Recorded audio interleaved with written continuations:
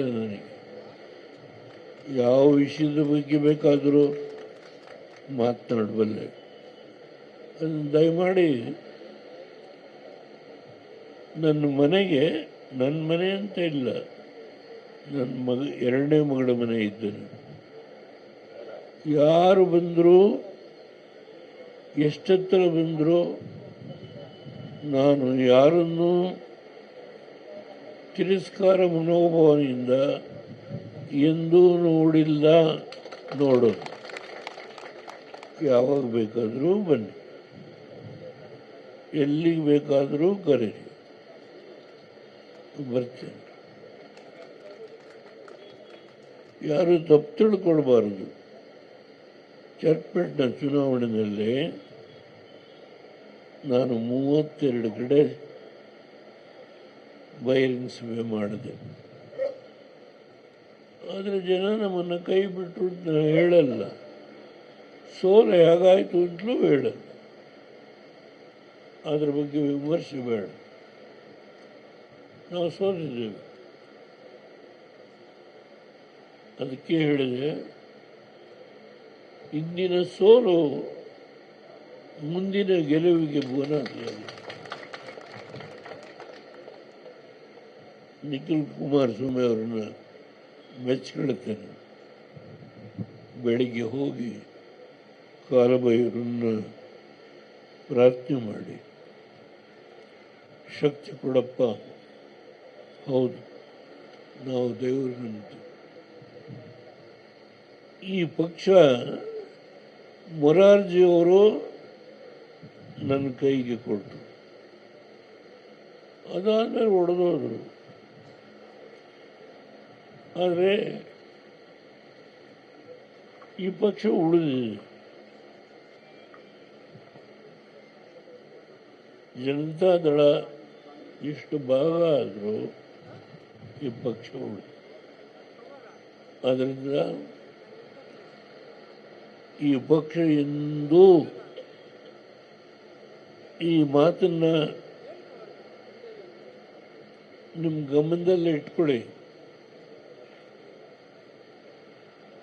ನಾನು ಹೋದ ಮೇಲೂ ಈ ಪಕ್ಷ ಉಳಿ, ಇದನ್ನು ಬರೆದಿಟ್ಕೊಳ್ಳಿ. ಈ ಪಕ್ಷ ಎಂದೂ ಈ ಪಕ್ಷ ಅಂತಿಮ ಮುಗಿಸ್ತೇವೆ ಅನ್ನೋ ಮಹಾನುಭಾವರು ಈ ರಾಜ್ಯದಲ್ಲಿ ಯಾರೋ ಕೊಟ್ಟಲಿಕ್ಕೆ ಸಾಧ್ಯ ಇಲ್ಲ. ಅದಕ್ಕೆ ಒಂದು ಅಪಪ್ರಚಾರ. ಇದು ಒಂದು ಫ್ಯಾಮಿಲಿಯ ಪಕ್ಷ. ಇದು ಕೇವಲ ಒಂದು ಮನೆತನಕ್ಕೆ ಸೇರಿದ ಪಕ್ಷ ಅಲ್ಲ. ಸ್ವಲ್ಪ ಆ ಮಾತನ್ನು ಆಡುವವರು ಅವರ ಮನಸ್ಸಿಗೇನೆ ಪ್ರಶ್ನೆ ಹಾಕೊಳ್ಳಬೇಕು. ಎಷ್ಟು ಜನ ಈ ಪಕ್ಷದಿಂದ ಬಂದು ಯಾರ್ಯಾರು ಯಾವ್ಯಾವ ಅಧಿಕಾರ ಅನುಭವಿಸಿದ್ದಾರೆ, ಅನುಭವಿಸಿ ಹೋಗಿದ್ದಾರೆ. ಅದರ ಇತಿಹಾಸವನ್ನು ನಾನು ಹೇಳಲಿಕ್ಕೆ ಹೋಗಲ್ಲ.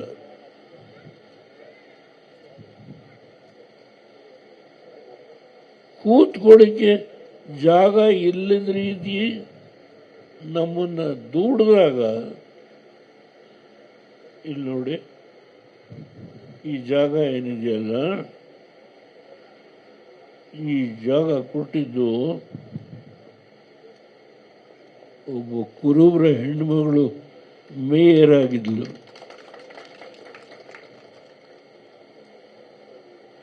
ಫೋನ್ ಮಾಡಿ,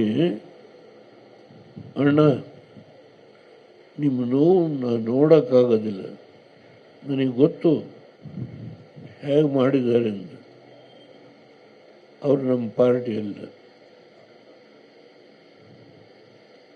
ಈ ಜಾಗ